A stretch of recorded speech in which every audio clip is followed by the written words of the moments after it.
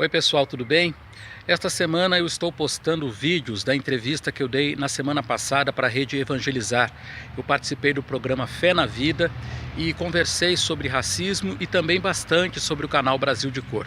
Então veja aí como é que foi a entrevista. Essa é a primeira parte.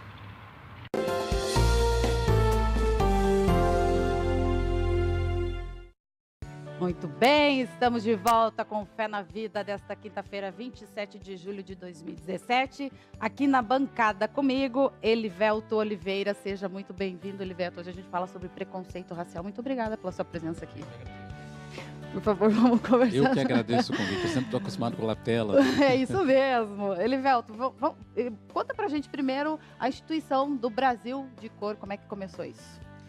Bom, o Brasil de Cor, para quem não conhece, é um canal que eu criei na internet. Criei esse canal no YouTube. Se chama, para quem quiser acessar e se inscrever principalmente, é YouTube/Brasil de Cor.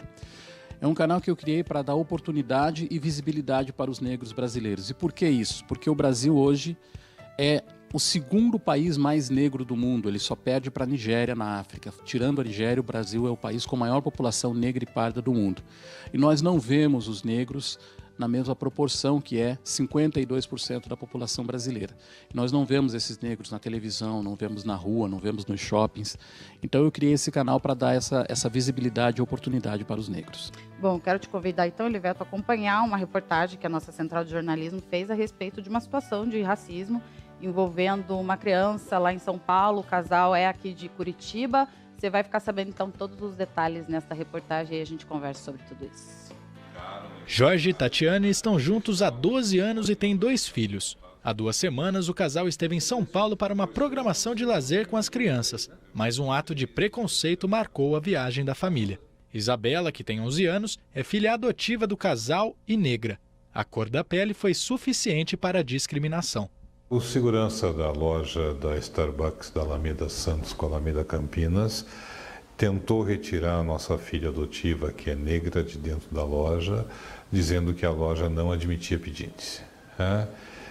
Quando questionamos a atitude, a nossa filha estava a 3 metros de distância de nós. Num primeiro momento, o segurança disse que haviam clientes reclamando da presença dela na loja. Quando perguntado em tom mais alto que clientes, ele disse que tinha tomado atitude por ordem da gerência.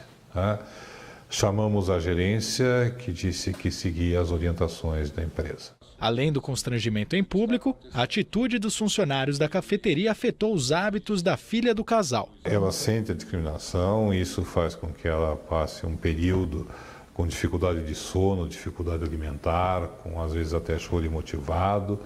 Para isso a gente tem uma psicóloga que nos dá o apoio profissional para conduzir essa situação.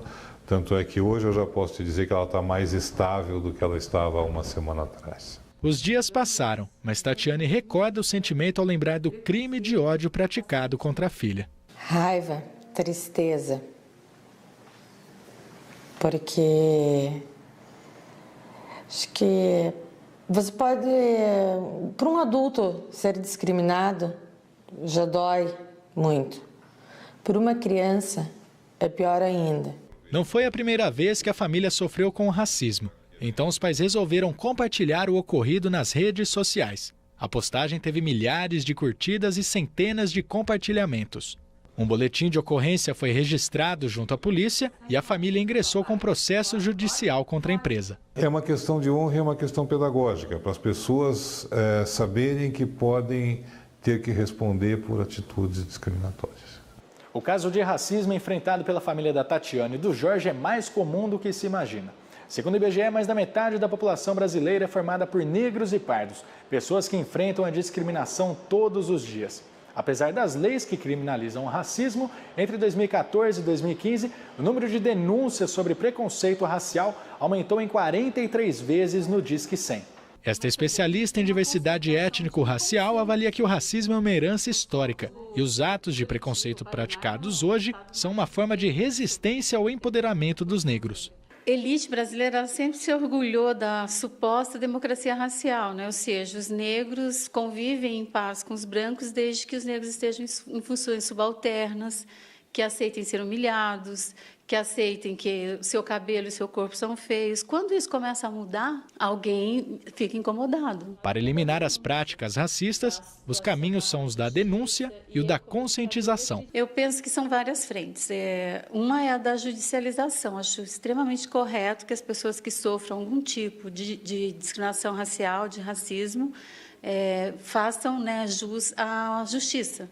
Denunciem isso. E uma outra, como educadora, é o processo educativo. Acho que a sociedade precisa se educar e a educação, a formação de professores, a formação das pessoas em nível superior é um caminho. Quem sente na pele as dores causadas pela discriminação tem a esperança de que a situação mude. Tem que parar de ter medo e ficar quieto, tem que denunciar, tem que falar. E não é mimimi, como muitos dizem. Quem diz que é mimimi, porque nunca sofreu nenhum tipo de preconceito, de racismo. Porque se sofresse, não falaria isso. Eu nutro que as pessoas saibam que ninguém vale mais do que ninguém, que todos são iguais, tá? E que todos merecem o respeito dentro da sociedade. Erivelto, a gente sabe, né, que o trauma dessa menina, a gente pode dizer que é irreversível? Não, eu acho que não é um trauma irreversível, mas é um trauma, né? Me perdendo com as câmeras aqui. É um trauma que essa menina vai ter, está tendo nesse momento, mas não creio que é uma coisa irreversível. Ela vai sempre se lembrar disso, mas o tempo, né, cura essas coisas. Mas é uma situação realmente muito grave o que aconteceu com ela, principalmente pelas circunstâncias, né? A menina, ela foi lavar a chupeta do irmão e quase foi colocada para fora do estabelecimento, quer dizer, uma coisa que não tem o menor sentido. Independentemente até da cor dessa menina, a atendente da loja dizer que uma pedinte não pode entrar na loja, enfim, não pode ficar na loja. Outro preconceito. É outro tipo de preconceito também, quer dizer, são vários preconceitos não só. Mas essa situação é uma situação que eu até parabenizo os pais dessa menina de não deixar essa situação barata. Eles vão levar isso para frente e com certeza eles vão vencer. Qual que você imagina que seja esse desfecho judicial? Nesse caso, eu acho que o desfecho que a gente imagina é uma grande multa, né? Uma multa pecuniária bem grande, talvez até uma medida, medida socioeducativa, né? Para a própria loja, para esse gerente ou para esses funcionários que tomaram essa decisão. Porque a justiça brasileira hoje também tem mudado em função desse... Eu não gosto muito da palavra, né, mas esse empoderamento que tá acontecendo nessa área, como falou a representante ali que deu o trecho de entrevista, dizendo que os brancos sempre aceitaram os negros porque os negros estavam em condições inferiores. Eu já não concordo muito com isso. Eu acho que nós temos muitos negros em condição de comando e que vivem em perfeita harmonia. Mas nós temos, digamos, na parte mais baixa da população, na parte mais... básica da população, nós temos muito mais esse problema. Você imagina, Erivelto, se fosse uma menina branca, a conduta dessa pessoa seria diferente? De repente procurar os pais dela? Olha, se fosse uma menina branca, talvez maltrapilha, talvez ela recebesse o mesmo tratamento. Que é também preconceito. Porque, como disse a atendente, aqui não é lugar de pedinte, né? Então, na verdade, é um preconceito até em relação ao pobre, em relação ao preto, porque às vezes, como dizia aquela música do Caetano, pretos, pobres, a mesma coisa, né? Sim. Então, eu acredito que se fosse uma criança branca bem vestida, possivelmente a atendente não falasse nada. Mas se fosse uma branca maltrapilha, talvez sim. Você já sofreu preconceito? Olha, eu costumo dizer que eu não sofri preconceito, mas até tem uma coisa que eu acho curiosa dizer, em função do nome Brasil de Cor. Por que eu escolhi esse nome? Além de essa expressão de cor, nem as pessoas mais jovens não sabem, mas nos anos 60, 70, até o comecinho dos anos 80, uma pessoa negra, às vezes as pessoas ficavam intimidadas de dizer que você é preto e tal, e dizia, você é de cor, né? E eu usei essa expressão. E uma vez eu fui fazer uma entrevista com um médico, dos anos 80, por aí, e esse médico não gostou da entrevista que eu fiz, porque era uma denúncia contra o hospital dele, enfim. E no dia seguinte ele deu uma entrevista dizendo assim, um repórter de cor veio aqui, me entrevistou e falou uma mentira e tal. E aí eu guardei essa expressão porque e uso agora no nome do canal. Bom, é muito legal essa tua ideia, Erivelto.